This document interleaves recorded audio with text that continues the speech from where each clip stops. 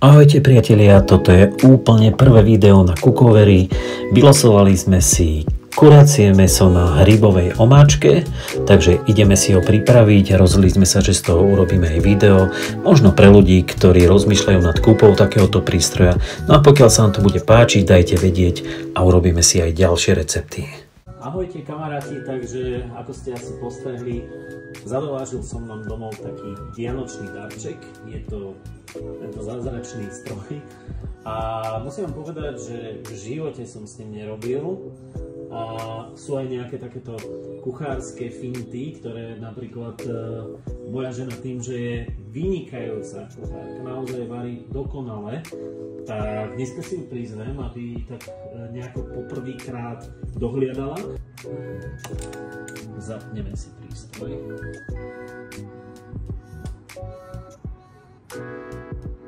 Ja už som samozrejme stiahol aktualizácie, to je jediné, čo som teda urobil, lebo keď si zapnete tento prístroj prvýkrát, tak v podstate sú tam už nahodené recepty, ale vždycky sa aktualizujú, sú tam tisíce receptov, takže teraz už sú tam krásne nahraté všetky recepty.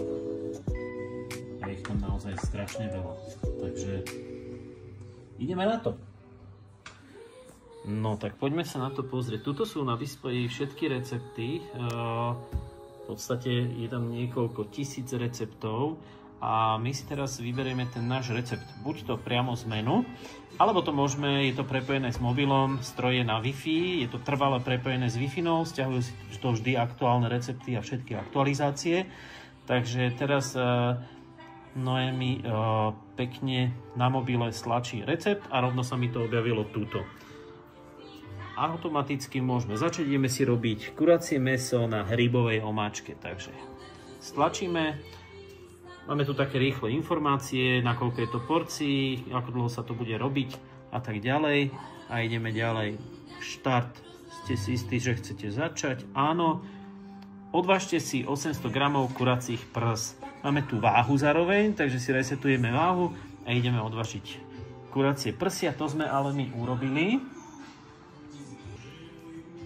My sme dali troška menej mäska, sme si odvážili zhruba, koľko tam bolo toho? Necelých 600 gramov, lebo je nás aj menej, nepotrebujeme až na 6 porcií, pokračujeme ďalej. Kuracie prsia nakrájete na 2 cm kúsky, ochute 1 čajovou lyžičkou soli a 1 rozmarínom dajte do chladničky. Toto sme už urobili, pokračujeme. Otvorte nádobu, nádobu máme otvorenú. A ďalej pridajte 140 g očistenej nakrájanej cibule. Takže zresetujeme váhu a pridávame cibulku. Tu nám to pekne váži. 130 g, ešte 10 g.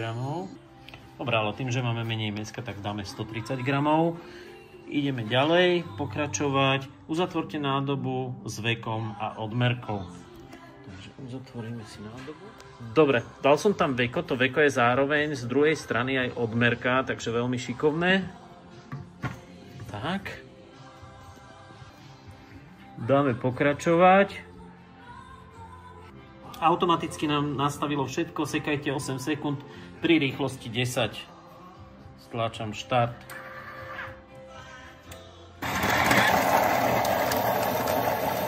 Výhoda je, že to je priesvitné, tak sa človek krásne môže do toho pozerať.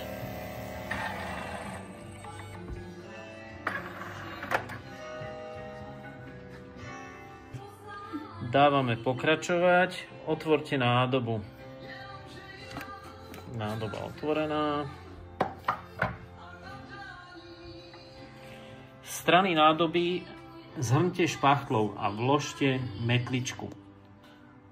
Takže ja tu mám takú špachtličku, to je originál k tomu, takže to pekne to takto zhrnieme. Dobre, takže nasadíme túto metličku, hotovo, metlička nasadená. Ideme ďalej, pridajte 70 g oleja, zase resetneme váhu. Pridáme olej.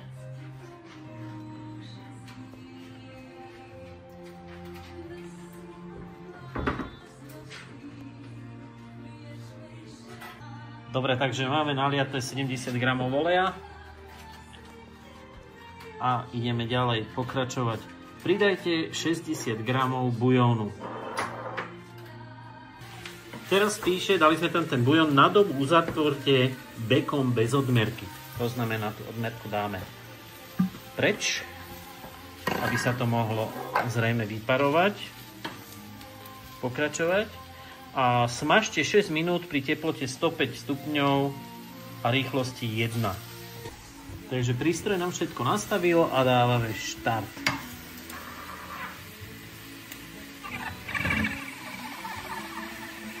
No a tu sa začína robiť papanička. Vidíme, že pomaličky sa teplota zvyšuje. Pôjde nám to až na 105 stupňov, ktoré tam máme nastavené. Toto už krásne začína dymeť. Kým Kukover varí za mňa, ja som dostal chuť na banán, tak si zatiaľ idem dať banán. Dobre, tak nám to spravilo, ideme pokračovať. Odvážte si 500 gramov hríbov. Dobre, hríbiky máme nakrájať na 1 cm hrubé plátky.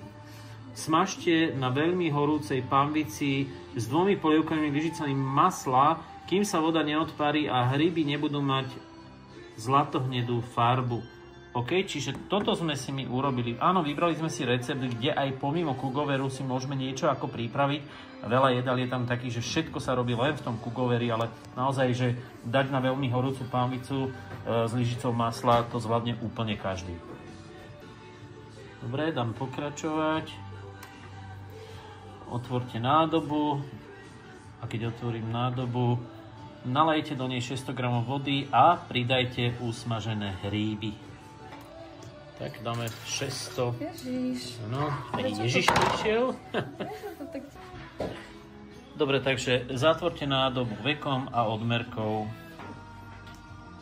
Takže zatvoril som nádobu s vekom a s odmerkou a dávame pokračovať. Varte 12 minút, všetko si nastavil pri teplote 105. Tu je teraz má 60, ale nastavené je na 105 a pri rýchlosti 1. Stlačím štart.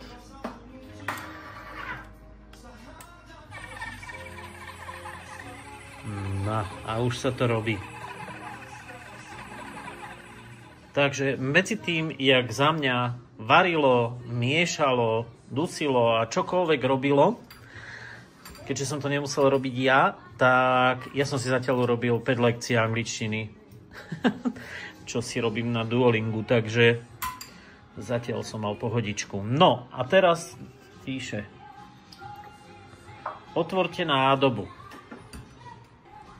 Dáme pokračovať. Pridajte 3 vrchovaté polievkové lyžice zemiakového škrobu, rozmixované v 200 gramoch 30% smotany. Toto takto mi to ukáže. Dobre, takže to tam ideme dať. 3 vrchovaté polievkové lyžice sme pridali.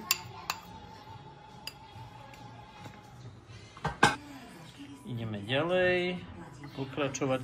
Pridajte marinované kuracie mäso. Pridávajte kúsky jeden po druhom. Dobre, takže pridáme kuracie kúsky. Počujete to ticho? Takýto pokoj je všade tam, kde sme už priniesli náš 5G signál. Dobre, takže máme tam hodené mäsko. Ďalej pokračovať. Nádobu uzavrite vekom s odmerkou. Dobre, uzavreté. Pokračovať. Várte 10 minút pri teplote 100, nastavená a rýchlosti 1. 65 stupňov. To má teraz, ale akože ono to príde, bude sa dosiť na 100. No, tak sme hotoví, dáme ďalej pokračovať, otvorte nádobu. Takže pokračovať a už to tu máme, ženo má, ochutíme nasekaným kvoprom 15 gramov, petržlenom 15 gramov, 1 čajovou lyžičkou citronovej šťavy, soľou a korením podľa želania. Takže resetnem nám váhu, aj keď ona bola vlastne nagulaná, nemusel som ju vôbec resetovať. Čiže 15 gramov. Výborne, tým, že to je presné oko. Teraz... No, nie ti menej, lebo tam býva listočky sú. Dobre, a to si dala petržlen?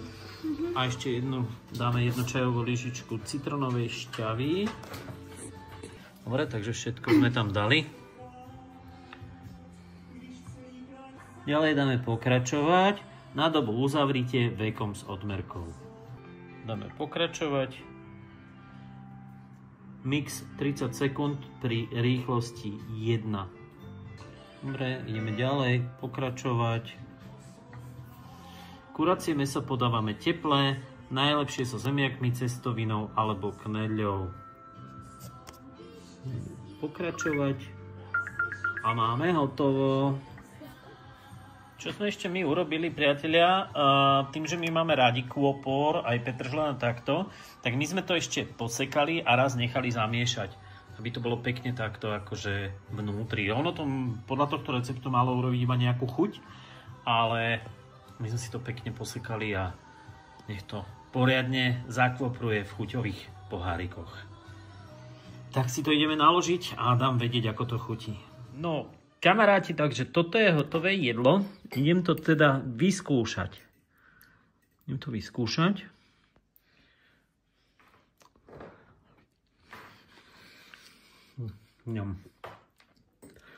to výborné. Ja by som tam možno pridal ešte, ale to už je na každého chutí troška octu. Takže ja si tam dám ešte troška octu. No ale ináč. Nebičko v papulke. Tak dobrú chuť. Priatelia, kamaráti, tak to bolo pre teraz všetko. Na budúce si urobíme takúto famóznu ľadovú kávu. Ale urobíme si aj práve nefalšované talianské hubové risotto, domáci vývar alebo bujón a takisto hydinovú bujónovú pastu.